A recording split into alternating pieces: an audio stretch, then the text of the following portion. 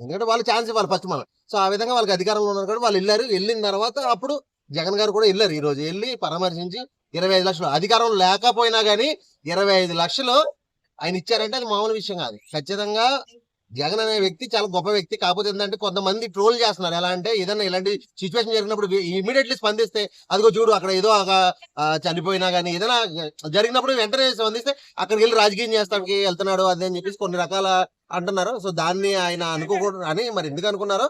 ఇంకోటి ఏంటంటే పదవిలో ఉన్న వాళ్ళు ముందెళ్ళాలి అనే ఉద్దేశంతో ఆయన ముందు వాళ్ళ ఛాన్స్ ఇచ్చారు. ఈ రోజున ఆయన వెళ్ళి అధికారంలో లేకపోయినా గానీ 25 లక్షలు ఇవ్వడం అనేది మాత్రం అది చాలా గొప్ప విషయం అని చెప్పుకోవచ్చు. మామూలుగా జగన్ వెళ్ళినప్పుడు జగన్ నవ్వుతాడు అన్నట్టుగా శవం దగ్గర నవ్వుతాడు. అలా కొన్ని మొఖాలు ఉంటాయి, ఏడుపు కొట్టు మొఖాలు. అవి పెళ్లికి వెళ్ళినా ఎడుతూనే ఉంటాయి, శుభకార్యాలకు వెళ్ళినా ఎడుతూనే ఉంటాయి, ఎక్కడికి వెళ్ళినా ఎడుతూనే ఉంటాయి. జగన్ అన్న మొఖం నవ్వుతూ ఉంటది, ఎప్పుడు నవ్వుతూ ఉంటది, పీస్ఫుల్ గా ప్రశాంతంగా ఉంటది. ఆయన మొఖం నవ్వు ముఖం, కలనైన ముఖం, అందమైన ముఖం. అది ఆయన ఎక్కడికి వెళ్ళినా కానీ అంతే అందంగా ఉంటాడు. అది శుభకార్యాలకు వెళ్ళినప్పుడు ముఖం అదిలో పెట్టుకుని లేదంటే ఇలాంటి కార్యక్రమం అదిలాగా ఉంటాడు. ఆయన ఎప్పుడు కూడా నవ్వుతూనే నలుగురు నవ్వించాలనుకుంటాడు. ఇప్పుడు చనిపోయిన వాళ్ళ దగ్గరికి వెళ్ళి పక్కన కూర్చొని ఆడడం కాదు కదా పద్ధతి. అరే అమ్మ జరిగింది ఏదో జరిగింది, అయిపోయింది ఏదో అయిపోయింది, మేమున్నాం అని ధైర్యం ఇవ్వాలి. అది కావాలి కానీ వెళ్ళి అని చెప్పి గొడ్డేసుకుని ఎత్తుమని కూర్చొని ఆడమంటారు ఏంది.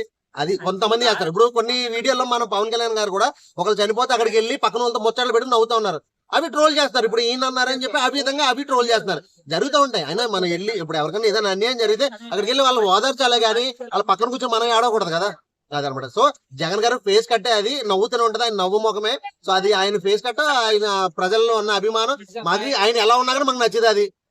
సో పవన్ కళ్యాణ్ గారు వచ్చినప్పుడు అంత క్రౌడ్ రాలేదు, అంత జనాలు రాలేదు. సో జగన్ వచ్చినప్పుడు బాగా జనాలు వచ్చారు, ఫ్యాన్ ఫాలోయింగ్ బాగుంది అన్నారు. అది 100% 100% అది కరెక్ట్ అన్నది.